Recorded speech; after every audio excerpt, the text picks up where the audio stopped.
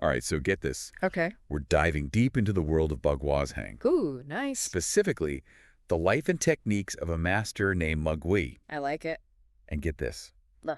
The sources you gave us on this guy, Yeah. his training was so intense Really? that his shins were said to be able to withstand blows from iron staffs. Iron staffs, huh? Wow, that's Yeah. pretty impressive. Pretty wild, right? Yeah, that's not just a legend, though. Oh, really? Yeah. Ma Gui, also known as Ma Shiken, Okay. he was a real person, Well. sometime between 1847 and 1941, Wow. though the exact years are a bit fuzzy. Yeah, sure. He really pushed the boundaries of human potential Yeah. through his dedication to Baguazhang. It's like something out of a martial arts movie. Right. Except this was his everyday life. It's amazing. So to set the stage, Ma Gui's family Yeah. was originally from Hebei province, Uh-huh.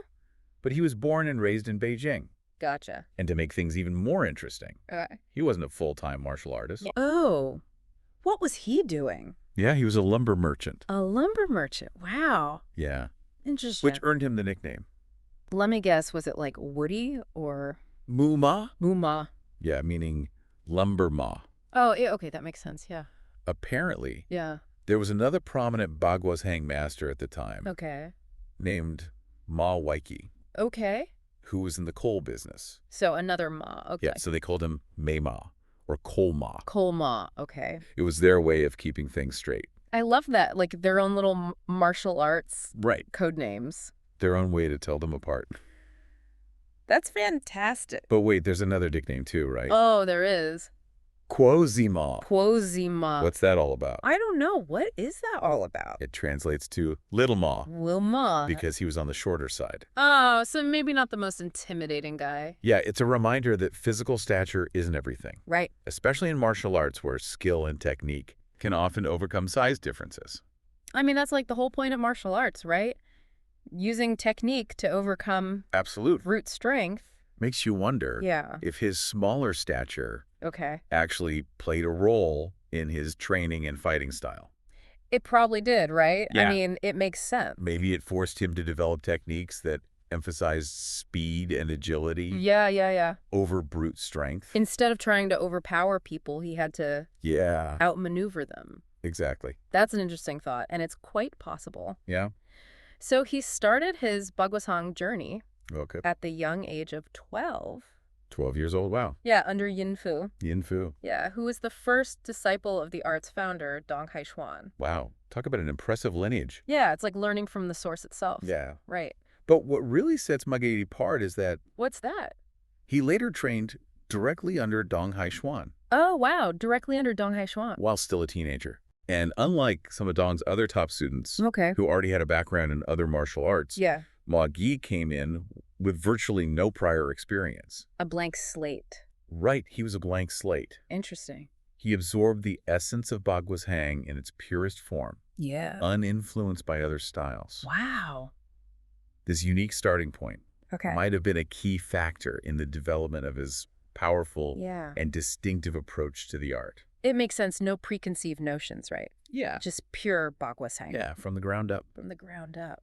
Okay, let's talk about this legendary training of his. Okay, let's get into it. I mean, shins that could withstand iron staffs, Yeah. that's a whole other level of toughness. It's insane. How did he achieve that kind of resilience? So, Ma Gui's training was notoriously rigorous, Okay. especially when it came to lower body conditioning. Lower body, okay. His student, Li Bahua, described it as lower basin walking, Lower basin walking. which focused on harnessing the strength of the legs and feet, Okay. almost like rooting oneself into the ground. Wow. It was through this intense training Yeah, okay. that he developed those legendary iron shins. Lower basin walking. What did this actually involve? I know, right? Is he just walking around with weights on his ankles? No, it was far more intricate than that. Okay. So he used sand-filled jackets and belts. Sand-filled jackets. Yeah, for resistance training. Oh. And even practice his circle walking, Okay. which is a key element of Baguazhang under a low netting. Under a low netting. Yeah, rigged up between trees. Oh, wow. This forced him to maintain a low stance. Okay. building incredible leg strength and endurance. I'm trying to picture this. How low are we talking? Okay, so picture It's this. like crouching all the time. He was known to demonstrate his strength Okay. by circle walking under a table that was only 3 feet high. 3 feet high. That's... No. You got to be pretty low to the ground to be able to... Pretty low. Yeah, that's really low. Yeah, wow. But the core of his training involved countless hours Okay. of what's called bear walking. Bear walking. What's that? So imagine a slow, deliberate form of circle walking Okay. performed in a deep horse stance. Okay. It's all about transforming the tendons and muscles, Yeah. building strength and resilience throughout the entire body. I can barely hold a horse stance for a minute, I know, right? let alone walk in one for hours. It's intense. This guy was clearly operating Yeah. on a different level of commitment. Absolutely. That dedication is what allowed him to develop the incredible power and skill he was known for. And it wasn't just about brute strength either. Right. He was equally renowned for his devastating techniques. Right. We can't forget about the techniques. Right. I'm especially curious about the zhibi wanda wrist strike. zhibi wanda. Okay. I read that it was so powerful, Mm-hmm. it felt like being electrocuted if you were on the receiving end. Wow. Like being electrocuted? Yeah. That's pretty intense. How did he generate that kind of force? His training methods for the zhibi wanda, Okay. just as unique as his conditioning. Okay. So another master, Peisheng, Nikurin, okay. described Ma Gui performing a press-up style exercise Okay. where he would fall forward Okay. onto the back of his wrist Onto the back of his wrist. Oh, and then spring back up. wow.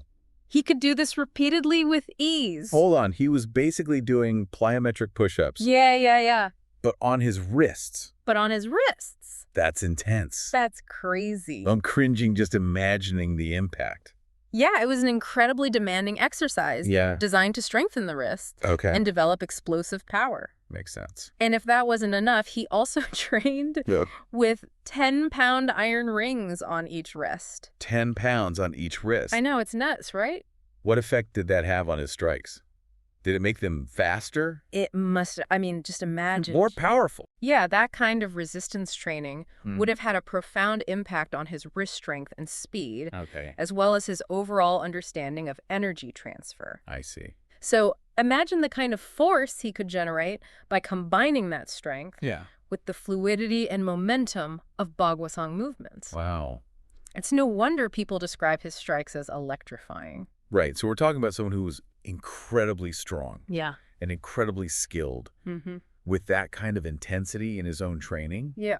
I imagine he wasn't exactly a lenient teacher. Right.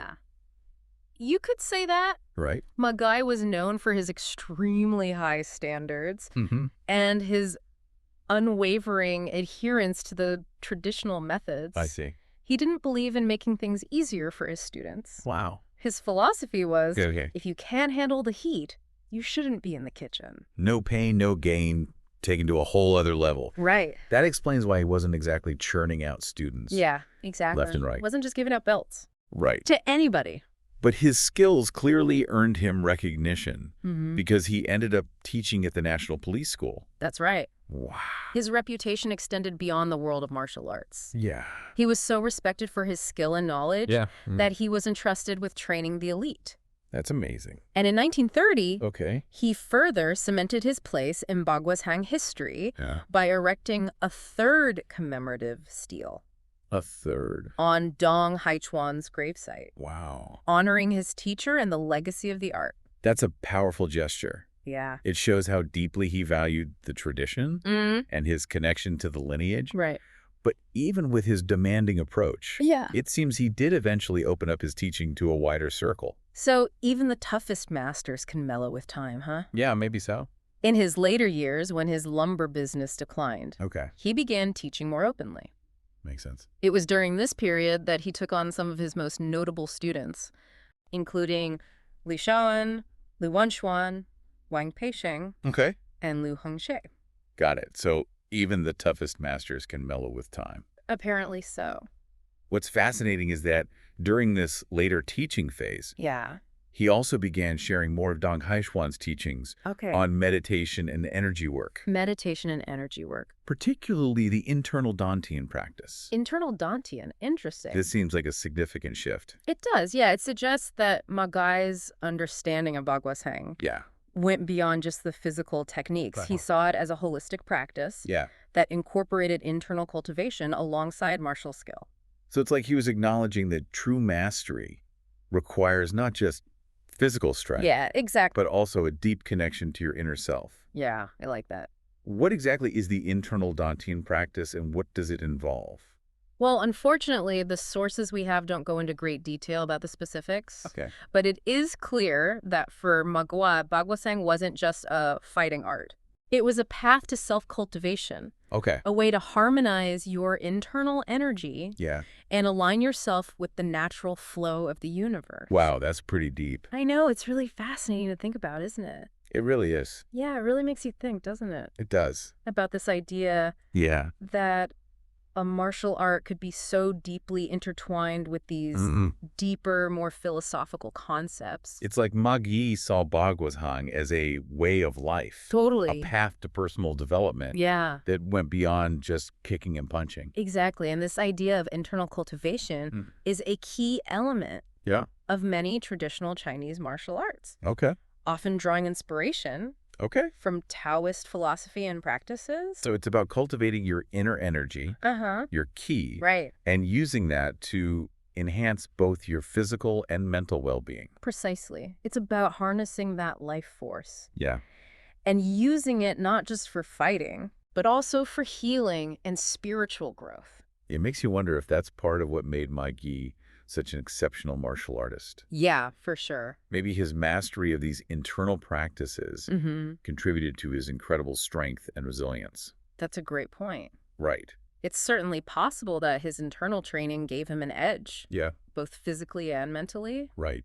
Remember how his students described him moving with such lightness Yeah. and agility? Yeah. Almost like his feet weren't touching the ground? Right. Right. Perhaps that was a manifestation of his internal power? Like he was tapping into a hidden source of energy that most people aren't even aware of. Exactly. And this brings us to another fascinating aspect Okay.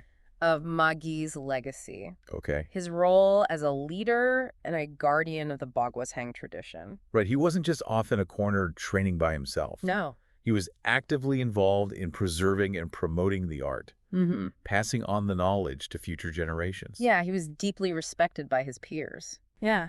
And considered a key figure in the development of Baguazhang. It's amazing. And he wasn't shy No. about expressing his admiration for his own teachers, Yeah. particularly Dong Haichuan. You're talking about that quote Yeah. where he described Dong Haichuan's teachings as lasting mountains from the land of Chinese traditions. Yeah. Beautiful, right? It really is. It's a testament to the deep respect and reverence he had for his teachers and the art itself. It really is. He saw himself as a link in a chain, Yeah. responsible for passing on the knowledge that had been entrusted to him. It's a powerful reminder that we don't exist in isolation. Right. We're all part of a larger lineage, Yeah. building on the wisdom and experience of those who came before us. Exactly. And in turn, it's our responsibility to pass on what we've learned to those who come after us. It's a beautiful cycle of knowledge and a concept deeply ingrained in Chinese culture.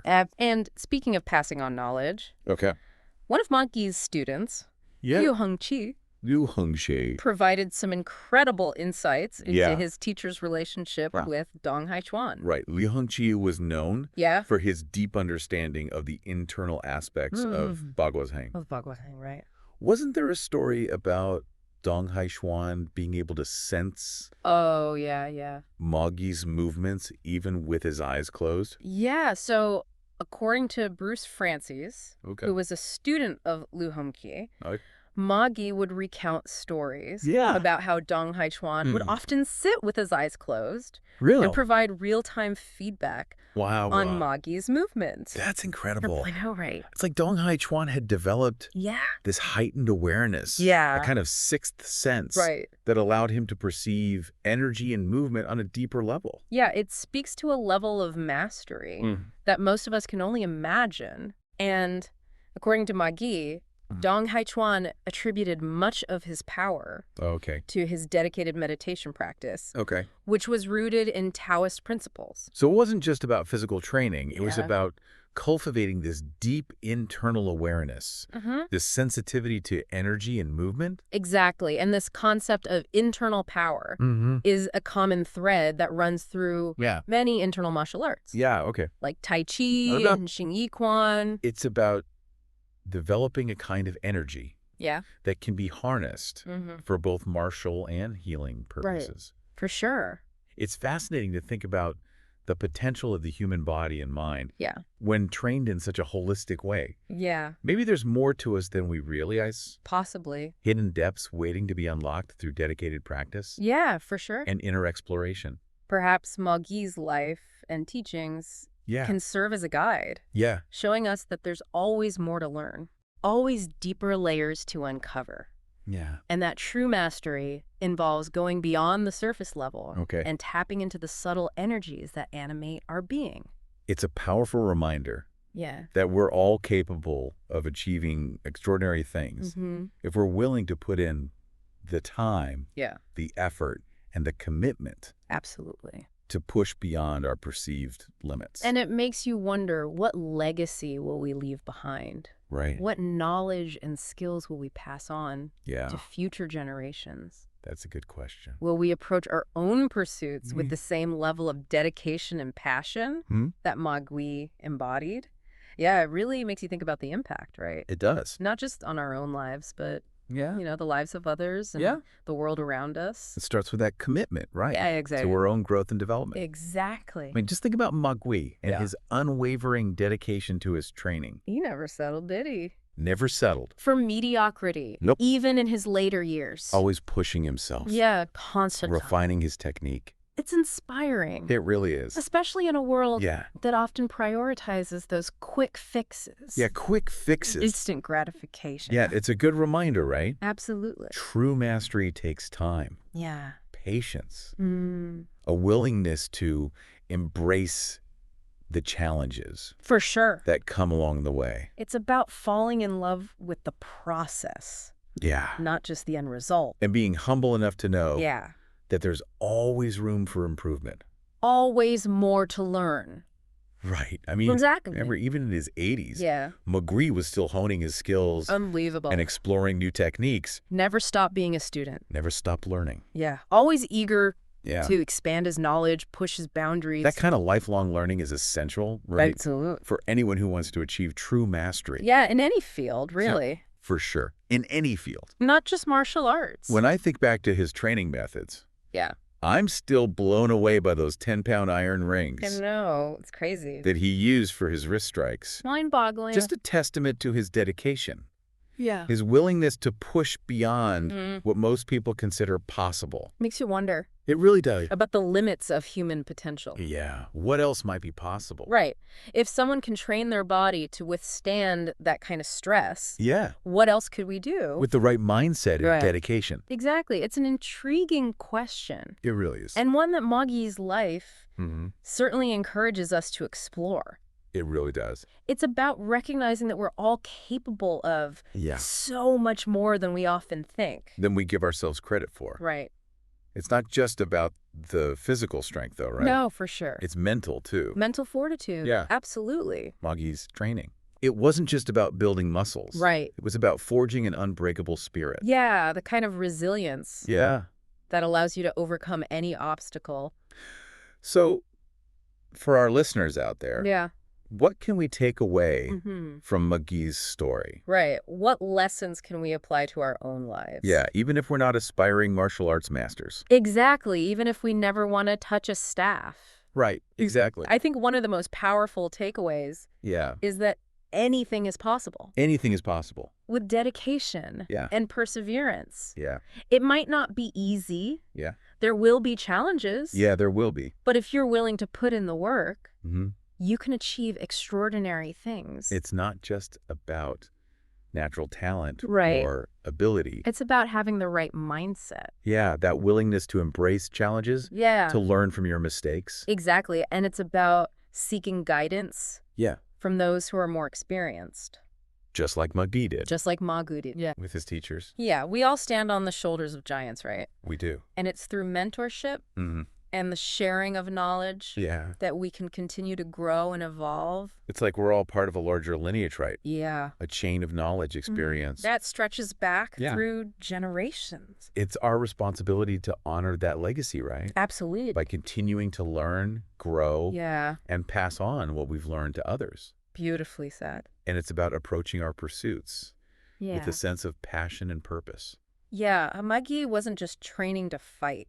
Right. He was training to cultivate himself. Yeah. To become a better person. That's a really powerful message. It is, for all of us. It's a good reminder. It is. That the pursuit of mastery, it's not just about achieving those external goals. Yeah, those external things. Right, it's about internal transformation too. Exactly, it's about becoming the best version of ourselves. This has been an amazing deep dive It has. into the life and legacy of Ma Gui. It's really fascinating, isn't it? Such a powerful story. It reminds us of the power of human potential. Human potential, And the transformative nature. For sure. Of dedicated practice. It's left me feeling inspired. Me too. And I'm ready to, you know, push my own boundaries, embrace those challenges. For sure. That lie ahead. That's the beauty, right? It is. Of learning from these extraordinary individuals. Yeah, their stories illuminate the path. Yeah, they do. For us. Yeah. Showing us what's possible. When we combine passion. Right. Perseverance. And an unwavering commitment. Yeah, to our goals. To our goals, exactly. So as we wrap up this episode, I want to leave you with this thought. Okay, hit me. What is one area of your life where you can apply Ma Gui's principles of dedication and perseverance? Right. What is one skill you'd like to master? Okay. One challenge you'd like to overcome? Right. Take a moment. Yeah. Reflect on that. Yeah. And then take that first step. Yeah, exactly. However small it may seem. Doesn't matter how small. The journey of 1,000 miles begins with a single step. I love that. And who knows what incredible things you might achieve along the way. You never know what you're capable of.